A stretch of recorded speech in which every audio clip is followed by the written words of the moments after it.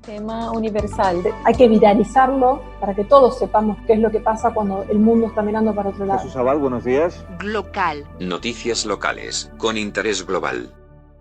Exigimos justicia, no se mata la verdad matando periodistas, tengo rabia al silencio, son solo algunos de los mensajes que se han podido ver en carteles en las multitudinarias manifestaciones para denunciar al mundo la muerte de periodistas como José Luis Gamboa, Margarito Martínez Esquivel o Lourdes Maldonado. Los tres fueron asesinados en apenas 15 días en México. Durante el año 2020 murieron 55 periodistas en todo el mundo, de ellos 11 en México.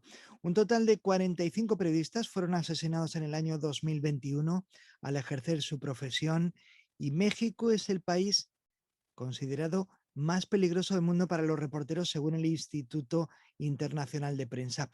En el caso de Lourdes Maldonado, asesinada el 24 de enero de 2022, la propia periodista había pedido ayuda al presidente de México en una conferencia de prensa porque sabía que su vida estaba en el punto de mira de los asesinos, como por desgracia así fue. Y ese es el momento en el que esa periodista pedía al propio presidente de México que le atendiese o que se buscase una solución porque se sentía amenazada. Vamos a escucharla. Vengo también aquí para pedirle apoyo, ayuda y justicia laboral, porque hasta temo por mi vida. Porque se trata de un pleito que tengo 6 años con él y que salió el auto a mi favor en la Junta Federal de Conciliación. Sin embargo, hace poco se fue, lo regresaron el expediente y en 3 semanas salió en mi contra, absolutamente. Entonces vengo aquí a pedir ese apoyo, esa justicia. Y lo hago porque se trata de un personaje fuerte en política que no pretende pagarme ni mucho menos, ya está mentido amparo, pero lo hago porque se trata de su senador con licencia, de su super coordinador de delegaciones y su candidato, próximo candidato a la gobernatura de Baja California, el licenciado Jaime Bonilla. Por eso estoy aquí, pidiendo su apoyo, porque usted ha dicho que quitarle o no pagarle su sueldo a los empleados es injusto y es hasta un pecado, señor. Y yo sé que contra la corrupción que hay en la Junta Federal de Conciliación y la que estoy viviendo ahora en Tijuana, contra este poderoso personaje, nada o poco, nada puedo hacer sin su apoyo, señor presidente. Muchas gracias. Sí, mira, sobre lo último, le voy a pedir a Jesús Ramírez, que es el coordinador de comunicación social, que te atienda, que te apoyen para que se pida justicia, que no haya influyentismo, que se actúe en el marco de la ley. De nada sirvió esa señal de alarma que hizo sonar la periodista Lourdes Maldonado, cuyo cuerpo reposa en el cementerio de Tijuana. A pie de féretro, su propia sobrina, su hermano, mandaban un mensaje para que lo escuchásemos todos y vamos a reproducirlo también en este momento. La prensa fue su familia, sus amigos, periodistas. Y lo único que de mi parte yo quiero enfocar es de que sigan en la lucha, que hay que pelear por el derecho a expresarse y que no tengan miedo. El miedo no nos va a llevar tan lejos. Siempre va a haber justicia. La divina es la más bonita. Ojalá y se muevan las autoridades, que hagan su trabajo, como lo he dicho, en toda la República, y que Dios perdone a las personas que hicieron esto a mi hermana. Nosotros no tenemos nada en contra de las personas que mataron a mi hermana, en absoluto. Que Dios se encargue. Se lo damos a Dios y le damos bendiciones y bendecimos a Tijuana porque lo amamos. Es hora de volar y hacer movimientos en el cielo para la justicia de tus compañeros. Te amo, tía Luby. Nos quedamos prácticamente sin palabras, pero hay que destacar que en México se encuentra un periodista de raza al que admiro, al que aprecio y al que vamos a saludar ahora mismo. Manuel Aceves, buenas tardes desde México, buenas noches en España. Nos separan, en este caso, 8 horas de diferencia. Un placer saludarte, ¿cómo estás? El gusto es mío, Jesús. Bueno, pues consternado por este hecho que es muy lamentable y que es una historia que se repite. Lamentablemente son varios los periodistas en los últimos años, por ejemplo, son 52, solamente contando desde el tiempo que lleva la administración del presidente Andrés Manuel López Obrador, es decir, de 2018 a la fecha, van 52 periodistas asesinados. Una situación muy lamentable. Aquí en Sinaloa, hace un tiempo, antes de la administración de Andrés Manuel, teníamos un periodista muy emblemático, muy conocido a nivel internacional, Javier Valdés, y lo cito porque él tenía una frase muy conocida: al buen periodismo le hace falta sociedad que lo acompañe. Y lo hemos visto, porque el periodista, cuando está amenazado, cuando el periodista está en una situación de problemas, prácticamente está solo, se queda solo. Cuando el periodista empieza a decirle a las autoridades, oye, tengo este problema, me amenazaron, está ocurriendo esta situación, lo tachan a loco. Por desgracia, lo dejan aislado. Ah, mira, está queriendo llamar la atención. No es cierto, seguramente es un show mediático. Nos han señalado de todo. Personalmente he sido víctima de amenazas y me ha pasado. La segregación incluso por parte de los propios compañeros, de los propios colegas periodistas que lejos de apoyarte a veces te hacen a un lado, Jesús.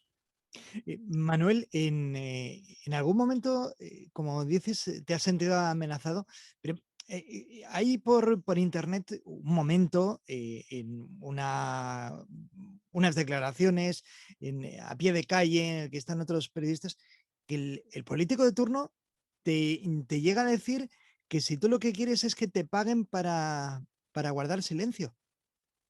En efecto, es el presidente municipal que actualmente está en turno, tuvo un periodo de reelección, volvió a ganar la elección, una contienda electoral, y me lo dice: oye, ¿quieres dinero? Yo solamente lo estaba cuestionando por una situación en aquel momento. Me dice: ¿quieres dinero para que te calles la boca? Así me lo dijo.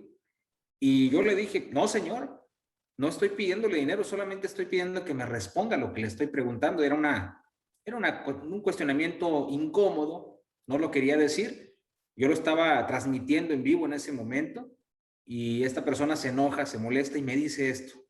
Así como lo comentaba hace un momento, llegaron muchos políticos últimamente muy improvisados, que no tienen ese manejo con la prensa, que no tienen ese conocimiento de cómo dar una entrevista, de cómo canalizar la información, y esa situación nos ha vuelto vulnerables, porque piensan que estamos llevando asuntos personales para desacreditarlos o para atacarlos, cuando realmente solamente estamos recogiendo las inquietudes y las preguntas de las personas, de la ciudadanía, del pueblo. Ellos piensan que es un asunto ya personal y no es así, Jesús.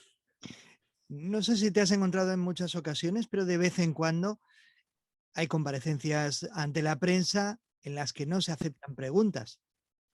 Sí, definitivamente, te lo comentaba. Desde el propio gobierno, desde el propio poder, en la última administración, esta administración de Andrés Manuel López Obrador, hemos visto una desacreditación de los medios de comunicación. Desde el propio poder se nos llama prensa vendida. El propio presidente lo ha dicho en su narrativa, lo construye todos los días en estas conferencias que ofrece todos los días, todas las mañanas, da una conferencia de prensa el presidente. Y en su historia, en su inventiva, en su narrativa, él siempre señala que la prensa ha sido cómplice de los grandes neoliberales, de los políticos poderosos que saquearon al país. Entonces, nos ha generado mucho rencor social. Y es por eso que si desde el gobierno estás violentando a los medios de comunicación y a los reporteros y a reporteras que se tratan de ganar la vida honradamente con un oficio, muchos de ellos jóvenes de 20 años, 23 años, 25 años, 30 años, que nada tienen que ver con ese viejo régimen que ellos señalan, que ellos condenan como el problema, el cáncer del país, pero siguen señalando que pues, los medios de comunicación están vinculados a eso. Esa desacreditación, ese pues hablar mal todos los días de la prensa también nos ha generado que se cometan estos actos de violencia, que se genere esa impunidad. Aunado a que hay violencia en el país, hay muchísimos crímenes que no se resuelven. Aquí en Culiacán, Sinaloa, por ejemplo, hay cuerpos que se encuentran todos los días. A los reporteros policíacos se les pregunta, oye, ¿cómo te fue el día de hoy? Raro. Cuando pasa, raro. No hay ningún cuerpo todavía. Todos los días asesinan personas y las dejan tiradas en las orillas de las carreteras, en las calles. Es el pan de cada día. Y esos casos quedan impunes. Entonces la delincuencia no ve mucha diferencia entre matar a cualquier persona o matar a un periodista o matar a un maestro o matar... Aquí se mata de todo, Jesús. ¿Y cómo se entiende que se quiera buscar una solución matando al mensajero? Sí, definitivamente. Es que aquí cualquiera te quiere matar, como te lo comento. Hace poco yo tuve un problema con una persona a la que expuse por el tema de acoso sexual. Y solamente la expuse y le dije, oye, ¿sabes qué? Con todo respeto, aquí no vas a cometer tus situaciones, te pido respeto, te pido que te alejes, si no este asunto va a crecer. La persona me amenazó, me dijo, te voy a matar, te voy a destrozarte, una serie de cosas absurdas, de cosas muy absurdas, desde el anonimato, por supuesto, me lo dijo la persona. Eso ameritó que yo fuera y presentara una denuncia. Cuando yo presento la denuncia no me creían, porque era a través de un mensaje. Yo les dije, bueno, estoy presentando una denuncia porque yo no dejo como en saco roto las amenazas de muerte. Es una persona que desde las redes sociales, desde el anonimato, me está amenazando. Fueron 2, 3 veces a mi casa a hacer rondines. Las patrullas les firmaba pues una hojita que llevaban para comprobar que sí estaban dándome protección, pero después desaparecieron y ya no supe nada de ellos. Y así pasa constantemente. A las mujeres que asesinan aquí en México, Jesús, muchas mujeres asesinadas por sus propias parejas, hay muchísimas órdenes de restricción y sí hay seguridad y protección por unos días, pero ya luego se les olvida a los policías municipales y ahí las dejan en el abandono. Llegan sus exparejas violentos, agresores, y las asesinan. Eso es otro problema muy grande que tenemos en México. Es un problema, como bien dices, que existe en México, que por desgracia también es trasladable o es equiparable en otros lugares del mundo, pero en el caso de México en concreto, a nadie escapa que uno de los problemas también es que hay muchas personas que tienen armas. Definitivo. Y lo estábamos comentando hace unas horas en el noticiario que nosotros estamos, pues, que nos toca conducir, pues de manera afortunada tenemos el honor de estar ahí conduciendo este noticiario de Luz Noticias. Esta mañana, por ejemplo, esta madrugada, una niña estaba grabando un video para su red social TikTok. Se le hizo fácil agarrar una subametralladora de su papá, aparentemente es lo que se comenta. Toma esta arma, se graba con ella, se le cae, el arma se dispara y la niña muere. Y la gran pregunta es, ¿qué hace un arma en una casa con una niña de 15 años? Pero así como esa pistola, así como esa ametralladora, hay muchísimas armas y lo vemos cada fin de año. Y te lo digo, ¿por qué cada fin de año? Porque aquí se tiene una tradición, no sé si en España se tenga alguna tradición similar, se tiene una tradición de que cada que llegan las 12 de la noche, el cambio de año, se empiezan a disparar al aire ráfagas de fuego. Y cada vez se cuenta esa misma historia porque hay personas heridas por esa lluvia de balas. Hay personas que han muerto, que han perdido la vida por balas perdidas. Es una tradición desagradable y desafortunada que no hemos podido terminar con ella a pesar de las campañas de concientización que se ríen los delincuentes. En esta ocasión tuvo que salir el propio gobernador Rubén Rocha Moya a hacer un llamado a los propios grupos, a los grupos delictivos de no creerse, y les dijo, oigan, por favor, quiero decirles que no disparen armas de fuego, entiendan, a la gente, así se refirió. No dio un nombre en concreto porque se refería a esos grupos delictivos que abundan en Sinaloa, que abundan en los estados, en los distintos estados del país. En Sinaloa, sobre todo, se tiene una historia porque ha sido cuna de grupos delictivos. Entonces, les hizo el llamado y sí, se relajaron un poquito, pero ¿qué necesidad de eso? ¿Qué necesidad de estar haciéndole un llamado a la delincuencia, pedirle permiso a la delincuencia para festejar tranquilos un cambio de año? Y como te lo comento, eso nada más es una muestra de el poderío que tienen los grupos delictivos, pero de que la delincuencia también está en el resto de los hogares. Voy a recapitular y me voy a regresar, Jesús. No sé si tú recuerdas un capítulo muy oscuro de Culiacán, el 17 de octubre de 2019, el famoso Culiacanazo, el Jueves Negro. Eso fue una situación donde se detiene a un líder del cártel de Sinaloa, al hijo de Joaquín Guzmán, se detiene por parte del ejército y todos los operadores del cartel de Sinaloa, de este grupo criminal, empiezan a tomar acción, secuestran la ciudad, salen a las calles a empezar a disparar, a empezar a amagar gente, a secuestrar a las familias de los militares. Ese día nos dimos cuenta del poder que tienen los grupos delictivos. ¿Y qué fue lo que pasó? El ejército soltó al hijo de Joaquín Guzmán. No les quedó de otra. Y lo dijo el presidente, es que no teníamos opción. Era eso o un baño de sangre. Ante eso nos encontramos, Jesús, en México, en Sinaloa. Precisamente al hilo de lo que estás comentando, quiero compartir también un espectacular reportaje, un trabajo de Luz Noticias que publicasteis en Doble Riesgo, la cobertura de la nota roja en tiempos de COVID-19, precisamente porque aprovechando la pandemia también hay quien está haciendo negocio, ¿no?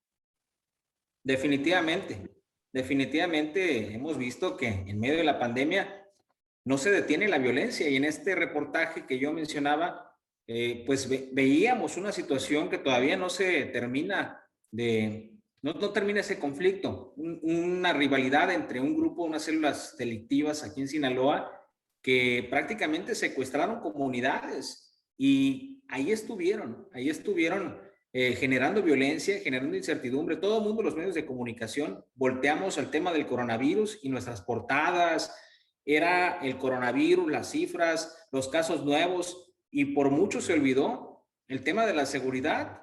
En el pueblo, por ejemplo, en Jesús María, en todas estas comunidades de Mojolo, estaban ocurriendo situaciones donde entraban y salían grupos delictivos. Los propios pobladores tuvieron que atrincherarse, tuvieron que poner cadenas, tuvieron que poner costales para ocultarse cuando estos grupos entraran y quisieran amagar. Hicieron manifestaciones, pidieron la presencia del ejército. Sí, hubo una presencia de las autoridades. Sin embargo, estamos viendo, es la situación real. La otra pandemia, el otro fenómeno que nos está azotando y que no se detiene, la violencia. Por ejemplo, en los hogares, la violencia ha crecido bastante, por producto del desespero, de la situación económica, de muchas cosas, pero es el acceso fácil a ese mundo criminal lo que nos permite, y al tema de la impunidad, porque pues no se castigan los delitos. Y las personas dicen, bueno, si matas y tiras a una persona y nadie paga por eso, pues fácilmente yo puedo robar, puedo acceder al mundo criminal y no me va a pasar nada. Es lo que dicen, es la lógica, por desgracia, de muchos nuevos delincuentes en la actualidad, sumado a que hay rivalidad entre grupos delictivos, se disuelven unos grupos delictivos, otros quedan sueltos prácticamente, detienen a cabecillas y no saben qué hacer. Pues, ¿qué va a hacer un sicario sin trabajo? Dedicarse a robar, dedicarse a la delincuencia, meterse a los hogares, y eso nos genera una situación de violencia y de inseguridad, Jesús. Y precisamente comentabas, bueno, pues esta situación de pandemia, pero tengo entendido que los propios, en principio, narcotraficantes han sido quienes han puesto en marcha iniciativas en el peor momento de la pandemia, por ejemplo, para que hubiese escuelas con ordenadores para niños. Pues ha sido sorprendente esa situación. Por ejemplo, han llegado jóvenes de la delincuencia, por ejemplo, los hijos de Joaquín Guzmán, han llegado a comunidades a apoyar, porque bueno, ellos buscan el apoyo popular. El narcotraficante aquí en Sinaloa siempre se ha valido de esa figura. Recordarás que en 2014, cuando fue detenido Joaquín El Chapo Guzmán, hubo una manifestación ¿Y por qué la manifestación? Nos preguntaremos. A favor. Decía la gente, liberen al Chapo. Lo queremos libre al Chapo. Por ese clamor popular y ese cariño que se le tiene. ¿Por qué? Porque pues el Señor había construido iglesias, había construido escuelas.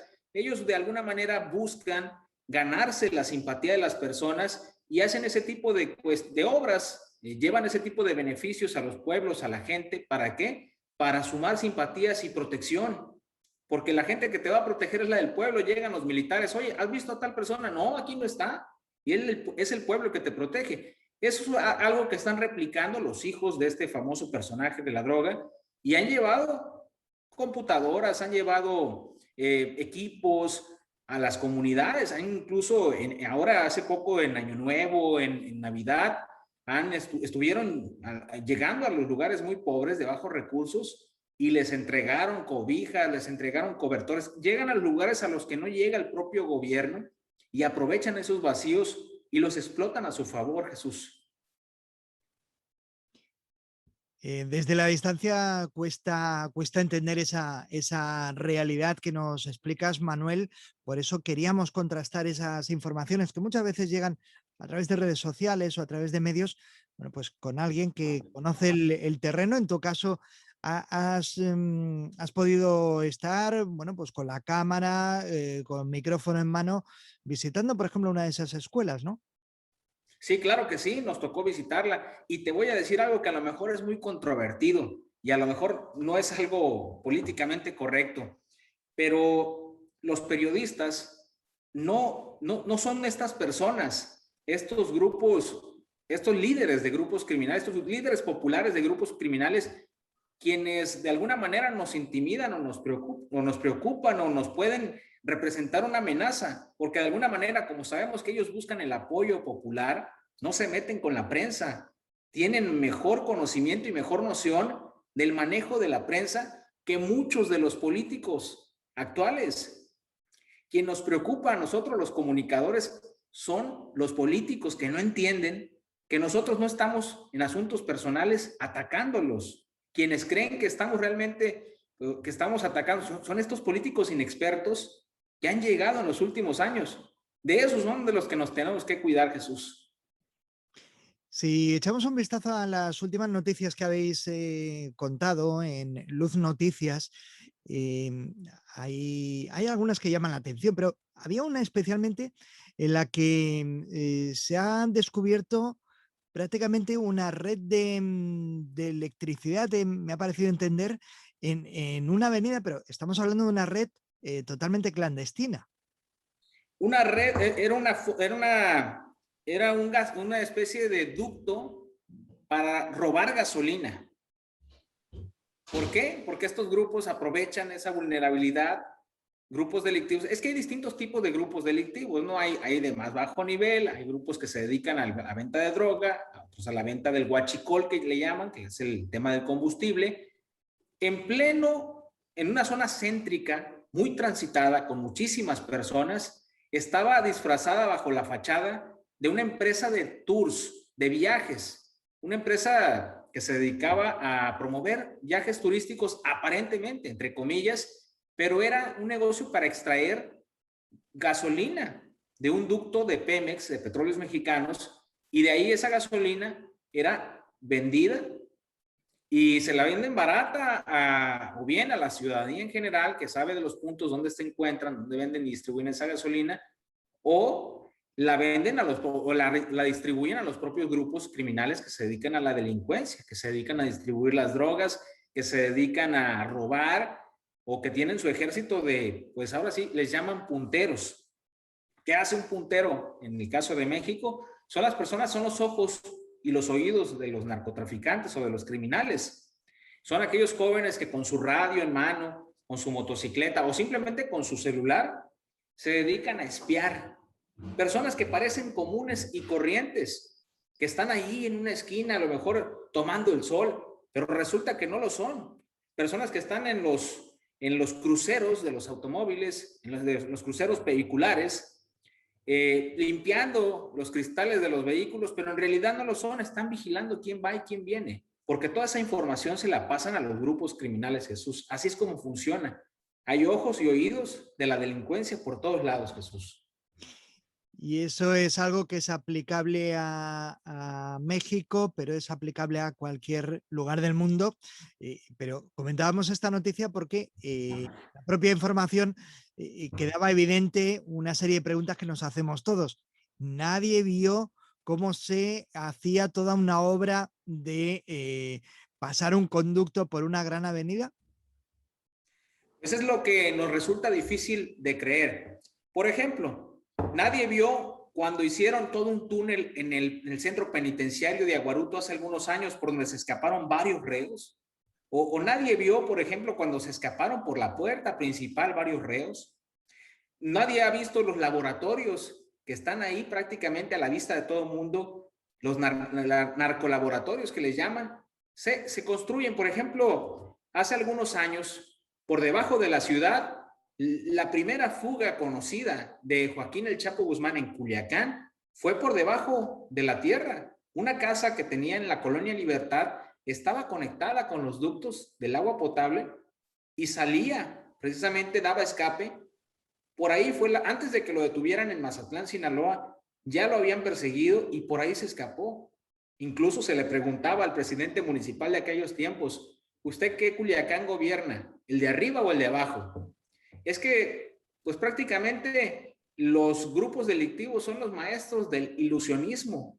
Usan las fachadas para camuflar sus negocios perversos y oscuros, Jesús.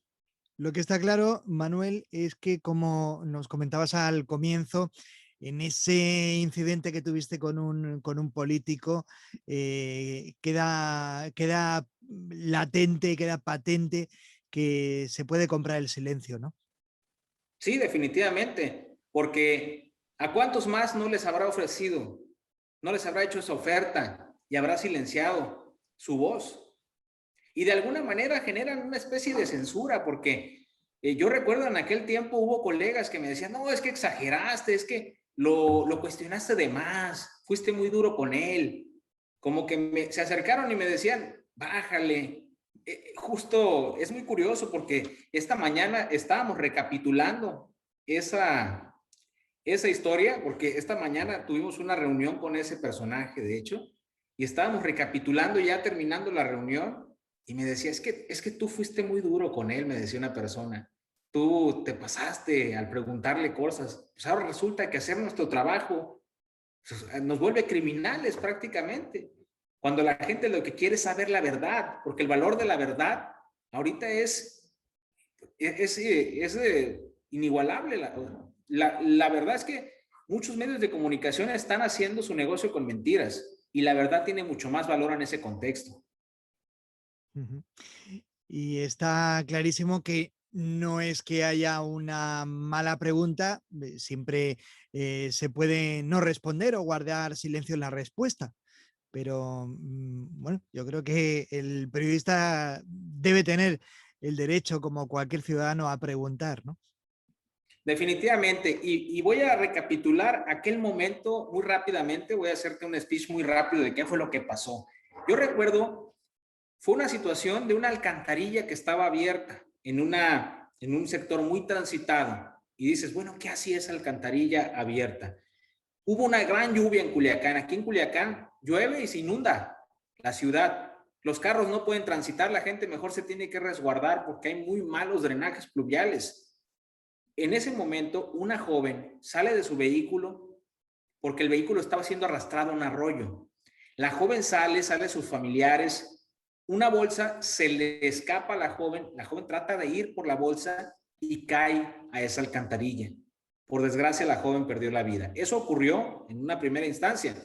Segunda situación, yo recuerdo que estaba cerquita de ahí, a unas cuadras, porque la radio donde estaba en aquel tiempo estaba muy cerca de ese lugar. Me voy caminando y veo la inundación y veo que el agua se mete a muchas viviendas. Y me toca ver el dolor y el llanto de una señora que pedía ayuda por parte de las autoridades para desfogar el agua. Ella vivía sola, era una señora como de 70 años, ya muy mayor, que vivía sola y estaba pidiendo ayuda. Yo le pregunto al presidente municipal, presidente, ¿va a ayudar a las personas que están inundadas aquí? ¿Se les va a dar algún tipo de apoyo? No, porque son personas que no tienen permiso de vivir ahí, son invasores, decía. llegaron e invadieron. Presidente, pero hay personas que están llorando. No, no te preocupes por eso, preocúpate por otra cosa, me decía. Hay una víctima aquí, una tragedia. Sí, hay una tragedia, pero allá abajo también hay una tragedia. Están las personas llorando. Es que esos asentamientos son irregulares. Bueno, ¿y dónde estuvo inspección y vigilancia tanto tiempo? Porque hasta ahorita me dice que son irregulares. ¿Por qué no vino antes a tratar de remediar el problema? Se queda callado. ¿Dónde estuvo inspección y vigilancia? Le digo. No me responde. Y todavía pregunta, ¿alguna otra pregunta? Le dice a los otros colegas. ¿Alguna otra pregunta? Yo le estoy preguntando, ¿dónde estuvo inspección y vigilancia?